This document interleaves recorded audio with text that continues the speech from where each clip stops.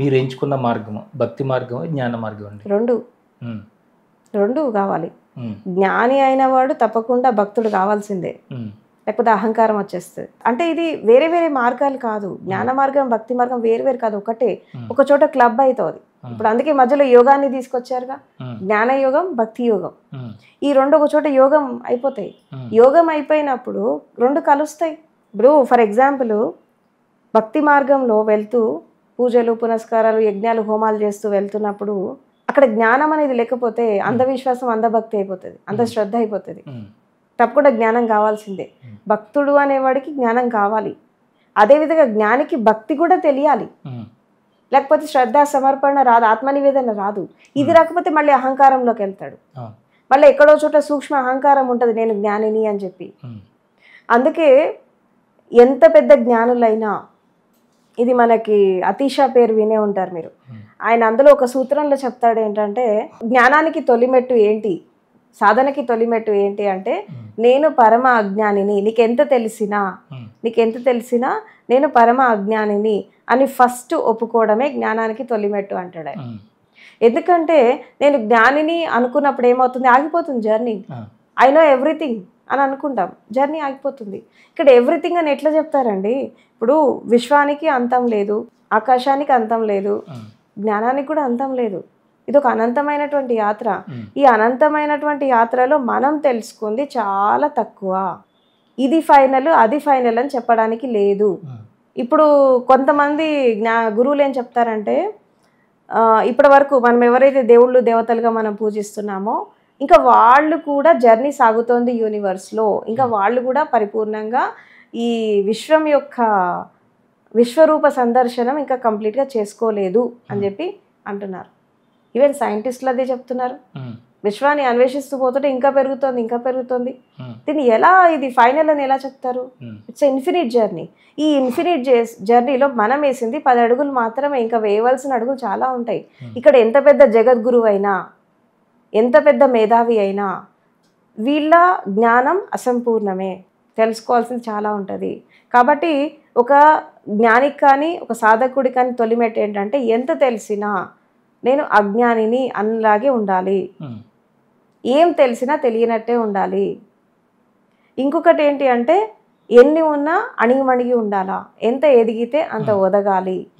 అది లేకపోతే ఎక్కడొక్క చోట ఈ సూక్ష్మంగా ఉండేటటువంటి పాండిత్యంతో కూడిన అహంకారం, జ్ఞానంతో కూడిన అహంకారం ఇది కళ్ళకు కనబడదు కానీ ఉంటుంది. అది కూడా లేకుండా ఉండాలి అంటే నేను పరమ అజ్ఞానిని అని చెప్పి first you have to surrender to the universe. అప్పుడు ఏమవుతుందంటే ఇంకా జ్ఞానానికి ఇంకొక కొన్ని అడుగులు పడతాయి. ఇది నేను పరమ అజ్ఞానిని అని చెప్పి ఫస్ట్ యాక్సెప్ట్ చేశాక మీరేం చేస్తారు, వెతుకుతారు, ఇంకేమైనా ఉందా, యూ విల్ సర్చ్. ఇప్పుడు నేను కూడా మా గురుగారి దగ్గరికి వెళ్ళాక అక్కడ ఆగిపోలేదు. నేను ఆల్మోస్ట్ నాకు ఒక 40-50% జర్నీ కంప్లీట్ అయింది. అయినా నాకు సరిపోలే. ఇది యాక్చువల్గా నేను ఆ రోజుల్లో నేను బయటకు వస్తే ఇప్పుడు మనం ఏ స్థాయిలో ఉండేవాళ్ళం మీరు ఊహించగలరు. కానీ నాకు దాదాపు నేను బయట ఈ ధర్మ ప్రచారం రావడానికి 27-30 సంవత్సరాలు పట్టింది. ఎందుకు పట్టింది అంటే నేను వెతుకుతున్నా, ఇంకా ఇది ఫైనల్ అని నేను అనుకోలే. అలాంటిది నిన్న మొన్న సాధన స్టార్ట్ చేసిన వాళ్ళు మాస్టర్స్ అని ఎట్లా డిక్లేర్ చేసుకుంటారండి? It is wrong. ఇప్పుడు 30 years నా అన్వేషణలో ఇంకా నేను తక్కువే తెలుసుకున్నాను అనిపిస్తుంది నాకు. Still I'm searching. ఇప్పటికీ నా సాధన నాకు నడుస్తూ ఉంటుంది. నేను ఇంతమందికి ఇన్ని బోధించినా నేను సాధన చేసే టైం నాకు సమాధి కానీ ఇది కానీ నా జ్ఞానం కానీ నడుస్తూనే ఉంటాయి. మళ్ళీ నాది నాకు నడుస్తూనే ఉంటుంది. ఇప్పుడు జనరల్గా నా స్థాయిలో ఉండేవాళ్ళు సాధన చేయరు, మాకు అన్ని తెలిసిపోయినాయి ఆగిపోతారు. కానీ నేను చేస్తూనే ఉంటా. ఎందుకంటే సముద్రం చాలా విశాలంగా ఉంటుంది, జీవితం చాలా విశాలంగా ఉంటుంది, విశ్వం చాలా విశాలంగా ఉంది. ఈ విశాలమైనటువంటి ఈ విశ్వంలో మనం తెలుసుకుంది ఒక నీటి చుక్క అంతే. ఇంకా తెలుసుకోవాల్సినవి చాలా ఉంటాయి, అనంతం. కాబట్టి భూమి మీద ఉన్నప్పుడు మనం ఏం సాధించాలి అంటే, సింపుల్గా మనం మనిషి రూపంలో వచ్చాము, మనిషి జన్మకు వచ్చాము. ఇప్పుడు మనం ఏం ఫస్ట్ మెట్టు, సాధకుడి యొక్క తొలి మెట్టు ఏంటి అంటే, ఈ జనన మరణ చక్రం నుంచి బయటికి రావాలి, ఫస్ట్ స్టెప్. తర్వాత ఈ శరీరం నేను కాదు అని చెప్పి తెలుసుకోవాలి. శరీరం మనసు ఇంద్రియాలు ఇదంతా బుద్ధి అహంకారం ప్రాణం ఇది నేను కాదు అని అనుభవపూర్వకంగా తెలుసుకోవాలి. ఈ అనుభవపూర్వకంగా తెలుసుకున్నప్పుడు జన్మ రహస్యం ఏంటి, మరణ రహస్యం ఏంటి, మన జీవితం యొక్క పర్పస్ ఏంటి, మనం ఎందుకు వచ్చాము, ఇవన్నీ కొంతమేరకు అర్థమైపోతాయి. ఈ అర్థమయ్యాక ఈ శరీరంలో ఉన్నప్పుడే జనన మరణ చక్రాన్ని దాటాక కూడా చెప్పాను కదా, ఇప్పుడు జీవిత యాత్ర, తర్వాత మహాజీవన యాత్ర, పరమజీవన యాత్ర, పరమపద యాత్ర, ఈ యాత్రలన్నీ చేస్తూ ఉండాలి. అంటే శరీరంలో ఉన్నప్పుడే పరమపద యాత్ర దాకా చెయ్యాలి.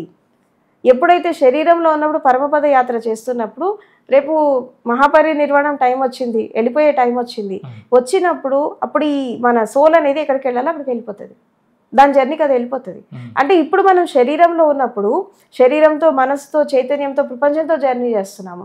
రేపు బాడీ వేకేట్ చేశాక కేవలం సోల్ జర్నీ మాత్రమే ఉంటుంది. ఈ సోల్ అనేది ఎంత దూరం జర్నీ చేస్తుందనే తెలియదు. అంటే జ్ఞానోదయం వచ్చాక కూడా జర్నీ ఉంటుంది, ఎన్లైటన్మెంట్ వచ్చాక కూడా జర్నీ ఉంటుంది. బియాండ్ ఎన్లైటన్మెంట్ కూడా పోవాలి. బియాండ్ బాడీ, బియాండ్ మైండే కాదు, బియాండ్ ఎన్లైటన్మెంట్ కూడా వెళ్ళాలి. ఆ ఎన్లైటన్మెంట్ దాటి కూడా పోతూ ఉంటే ఇంకేం జరుగుతాయి, ఇంకెన్ని అద్భుతాలు జరుగుతాయో తెలీదు. ఇది ఫైనల్, అది ఫైనల్ మనం చెప్పలేము. కాబట్టి నేనేమంటా అంటే ఏ స్థాయిలో ఉండే గురువులైనా, ఏ స్థాయిలో ఉండే శిష్యులైనా, సాధకులైనా, వాళ్ళు ఏ మార్గంలోనే ఉండని, ఫస్ట్ నాకేమీ తెలియదనే స్టార్ట్ చేయాలి. అన్నీ తెలుసు అనుకున్నవాడు సాధన చెయ్యడు, ఏమి తెలియదు అనుకున్న వాళ్ళే చేస్తారు. ఎంత తెలిసినా తెలియనట్టే ఉండాలి. ఇంకా మీరు ఈ జగద్గురు స్థాయిలో ఉన్న నేర్చుకునేటటువంటి దశలోనే ఉండాలి, నిత్య విద్యార్థి లాగానే ఉండాలి. అవసరమైతే వినడానికి కూడా రెడీగా ఉండాలి, చెప్పడానికి కాదు వినడానికి కూడా రెడీగా ఉండాలి. అవసరమైతే ఎవరి దగ్గర నుంచి భగవంతుడు ఎవరి ద్వారా ఏం అందిస్తాడో తెలియదు కదా మనకి. ఎవరి ద్వారా, ఒక పక్షి ద్వారా అందించవచ్చు, చెట్టు ద్వారా అందించవచ్చు, మనిషి ద్వారా అందించవచ్చు, ఏదో ఒక సందేశం వస్తూ ఉంటుంది. అది మీరు వినాలంటే మీరు ఇక్కడ నిరహంకారంలోకి వచ్చేయాల, మళ్ళీ విద్యార్థి కావాలి, అక్కడ మళ్ళీ స్టూడెంట్ కావాలి. అంటే ఇక్కడ మనిషికి 4 కళలు ఉండాలండి. ఒకటి ఏంటంటే ఆర్ట్ ఆఫ్ లిజనింగ్, వినేటటువంటి కళ, శ్రవణం చాలా ఉండాలి. రెండవది ఆర్ట్ ఆఫ్ లెర్నింగ్, నేర్చుకునేటటువంటి కళ. మూడవది ఆర్ట్ ఆఫ్ లివింగ్, జీవించే కళ. లాస్ట్ది ఆర్ట్ ఆఫ్ డైయింగ్, మరణించే కళ. ఈ 4 కళలు సమానంగా ఎవరైతే పోషిస్తారో వాళ్ళు సంసారాన్ని, నిర్వాణాన్ని సమానంగా తీసుకెళ్తారు. ఇవి పోషించడానికి ఏం కావాలంటే జాగృతి కావాలి, అవేర్నెస్. అంటే మనం వేసే ప్రతి అడుగు, మాట్లాడే ప్రతి మాట, ఆచరించే ప్రతి కర్మ అవేర్నెస్లో వెయ్యాలి. జాగృతి అనేది మూలం. ఒక విధంగా చెప్పాలంటే జాగృతి అనేది నడక.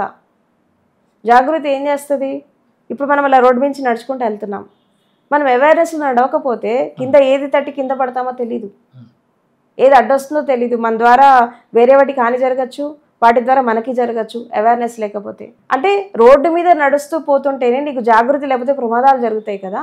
జీవితాన్ని జీవించే విధానంలో జాగృతి లేకపోతే ఎన్ని ప్రమాదాలు జరుగుతాయి. అందుకే బుద్ధుడు అంటాడు అప్రమాద్, ప్రమాదంలో జీవించద్దు, అప్రమాదంలో జీవించాలంటే నువ్వు అవేర్నెస్లో జీవించు. సమ్యక్ జాగృతి, రైట్ అవేర్నెస్, రైట్ మైండ్ఫుల్నెస్. కాబట్టి ఒక విధంగా చెప్పాలంటే గతంతో తెగదెంపులు చేసుకోవాలి.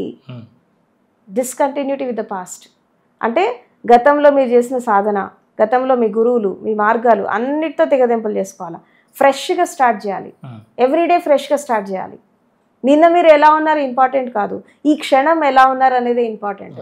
గంట క్రితం ఎలా ఉన్నాం ఇంపార్టెంట్ కాదు, ఇప్పుడు ఎలా ఉన్నాం అనేది ఇంపార్టెంట్. కాబట్టి live moment to moment, live in the present moment. And పాస్ట్తో డిస్కంటిన్యూ చేసుకోండి, వర్తమానంలో జీవించండి. మనం జీవించాల్సింది వర్తమానంలో. ఈ వర్తమానంలో జీవించేటటువంటి కళ అనేది రావాలి. ఇది ఎప్పుడు వస్తుంది, మీరు జాగృతిలో ఉన్నప్పుడు వస్తుంది. ఒక మాట మాట్లాడుతూ ఉంటాం, మాట మాట్లాడుతున్నప్పుడు మనం మాట్లాడే మాటలు ఎదుటి వాళ్ళు కాదు మనం కూడా వినాలి. నేనేం మాట్లాడుతున్నా అని మనం కూడా వినాలి. అప్పుడు మాటల్లో తప్పులు రావు, సమ్యక్ వాణి వస్తుంది.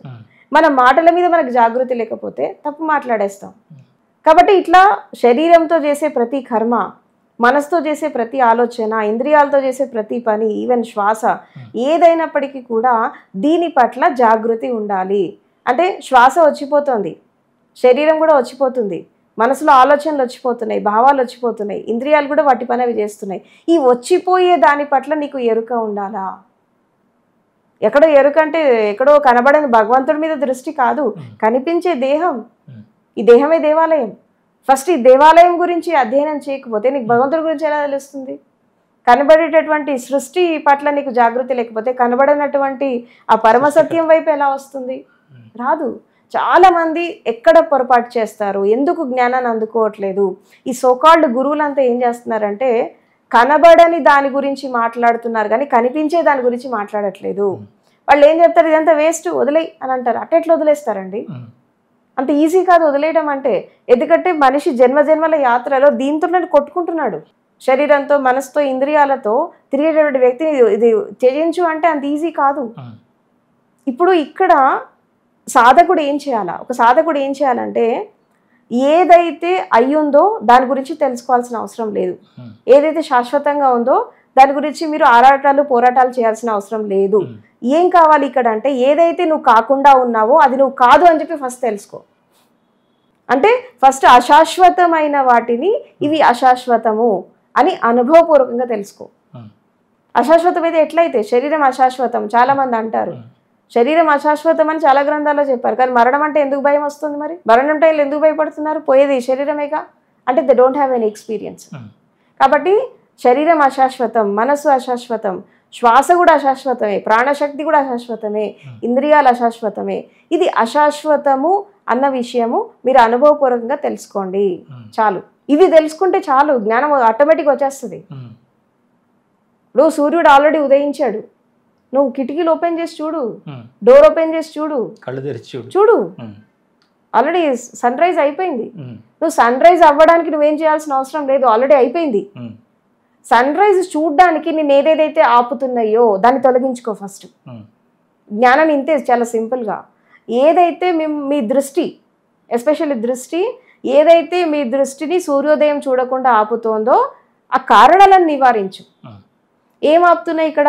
శరీరం ఆపుతోంది, మనసు ఆపుతోంది, కోరికలు ఆపుతున్నాయి, అహంకారం ఆపుతోంది, జాగృతి మూర్ఛ ఆపుతోంది, అజ్ఞానం ఆపుతోంది. దీన్ని తొలగించుకోండి ఫస్ట్. తొలగించుకుంటే ఈ తెరలు తెరలు తెరలు తెరలు తొలగిపోతే సూర్యుడు కనిపిస్తూనే ఉంటాడు. అనిత్యమైన వాటిని ఇది అనిత్యము అని చెప్పి తెలుసుకోవడమే జ్ఞానానికి తొలిమెట్టు. ఏదైతే శాశ్వతమో నువ్వు దాని గురించి ఏం చేయక్కర్లా, అది అలాగే ఉంటుంది. ఉంది, నువ్వు ఉన్నా ఉంటుంది లేకపోయినా ఉంటుంది. ఎందుకంటే దాని స్థితిలో అది స్థిరంగా ఉంది. కానీ నువ్వు స్థిరంగా లేవే దాన్ని చూడడానికి. ఇప్పుడు ఫర్ ఎగ్జాంపుల్ మనకి నీటి కొలను ఉంటుందండి. ఈ నీటి కొలంలో మనకి రాత్రిపూట పౌర్ణమి రోజు చక్కగా చంద్రబింబం చాలా చక్కగా కనిపిస్తూ ఉంటుంది. నీరు ప్రశాంతంగా ఉన్నప్పుడు చంద్రబింబం పడతా ఉంటుంది, స్పష్టంగా కనబడుతుంది. ఆకాశం లేదు కనబడుతుంది, దీంట్లో కూడా అట్లా కనబడుతుంది. ఒక రాయి ఏంటి దాంట్లో చెదిరిపోతుంది, అవునా? ప్రతిబింబం చెదిరిపోతుంది. నీరు ప్రశాంతంగా ఉన్నంత వరకు ప్రతిబింబం కరెక్ట్ కనబడింది, ఒక రాయి వేయగానే చెదిరిపోయింది. అదేవిధంగా ఇవన్నీ రాళ్ళు ఏంటి? శరీరంలో పడతాయి, మనసులో పడతాయి, ప్రపంచంతో పడతాయి, ఇంద్రియాలతో పడతాయి. ఇవన్నీ స్టోన్స్ పడుతున్నాయి. ఈ లోపల ఉండేటటువంటి నీరు ప్రశాంతంగా లేదు కాబట్టి కనబడట్లే చంద్రుడు, ప్రతిబింబం కనబడట్లా. ఇది ఫస్ట్ ప్రశాంతం కావాలి, ఇది నిశ్చలం కావాలి. అంటే గాలి లేని చోట దీపం ఎంత నిశ్చలంగా వెలుగుతుందో అంత నిశ్చలత్వము నీ లోపల వచ్చేస్తే ఆటోమేటిక్గా జ్ఞానం వచ్చేస్తుంది. ఇది ఎలా నిశ్చలం అవుతుంది? మళ్ళీ పెద్ద క్వశ్చన్ ఇది. ఎలా నిశ్చలం కావాలి అంటే ఈ శరీరము అశాశ్వతము, మనసు అశాశ్వతము అని చెప్పి అనుభవపూర్వకంగా తెలుసుకోవాలి. దానికి కొన్ని టెక్నిక్స్ ఉంటాయి. ఆ టెక్నిక్స్ని మీరు ఫాలో అయితే సరిపోతుంది. ఇప్పుడు చిన్న టెక్నిక్ ఇక్కడ, ఇప్పుడు మన శరీరం ఉంది ఫర్ ఎగ్జాంపుల్. ఈ శరీరాన్ని మనం రోజు అద్దంలో చూసుకుంటున్నాం, మన ఫేస్ చూసుకుంటున్నాం, అన్నీ చూస్తున్నాము. ఈ చూస్తున్నటువంటి క్రమంలో అదేవిధంగా ప్రపంచాన్ని కూడా చూస్తున్నాం, అవునా? ఇప్పుడు నేను మిమ్మల్ని చూస్తున్నాను, ఎలా చూడగలుగుతున్నాను అంటే మీరు నేను వేరు కాబట్టి మిమ్మల్ని చూస్తున్నాను. నేను ఒకటైతే నేను మిమ్మల్ని చూడలేను. ఈ రెండు చేతులు ఇలా కలిస్తే చూడలేము, వేరైతేనే చూస్తాం. ఒక చేయి ఇంకో చేయిని చూస్తుంది. అదేవిధంగా ఈ శరీరాన్ని కూడా మనం చూస్తున్నాం కదా. అంటే ఇక్కడ ఒక జ్ఞానం రావాలి ఏంటి అంటే ఈ శరీరం నేను వేరు కాబట్టి నేను శరీరాన్ని చూస్తున్నా, ఒకటైతే చూడలేను. ఎలాగైతే మీరు నేను ఒకటైతే నేను మిమ్మల్ని చూడలేను, అదేవిధంగా శరీరం నేను ఒకటైతే శరీరాన్ని నేను చూడలేను. కానీ వీఆర్ విట్నెసింగ్, చూస్తున్నాం. ఎలా చూస్తున్నాం అంటే అది నేను వేరు కాబట్టి చూస్తున్నాం. మనసులో ఆలోచనలు వస్తున్నాయి, మంచి చెడు వస్తున్నాయి, మనకు తెలుస్తుంది. మంచి వచ్చినప్పుడు మంచి, చెడు చెడు తెలుస్తుంది. తెలుస్తుందంటే దాన్ని కూడా నువ్వు చూస్తున్నావు అన్నట్టుగా, అది కూడా నువ్వు కాదన్నట్టుగా. భావాలను చూస్తున్నావు, శ్వాసను చూస్తున్నావు, ఈవెన్ ప్రాణాన్ని చూస్తున్నావు, అన్ని చూస్తున్నావు అంటే అది నువ్వు కాదు. ఇది బాగా ఎస్టాబ్లిష్ కావాలి. ఏదైతే మనం కళ్ళు తెరిచి కళ్ళు మూసి చూస్తామో అది మనం కాదు, అది అశాశ్వతము అన్న విషయము చాలా స్పష్టంగా అర్థం కావాలి. ఇది అర్థమైతే 24 అవర్స్లో వస్తుందండి ఎన్లైటన్మెంట్. చాలు, 24 hours is more than enough. దీనికి ఏం కావాలంటే జాగృతి కావాలి, అవేర్నెస్. అందుకే చేసే ప్రతి పని, మాట్లాడే ప్రతి మాట, ఆచరించే ప్రతి కర్మ మనం ఎరుకలో చేసుకుంటూ పోతే ఆటోమేటిక్గా 24 అవర్స్లో కూడా మనం దీన్ని అందుకోవచ్చు.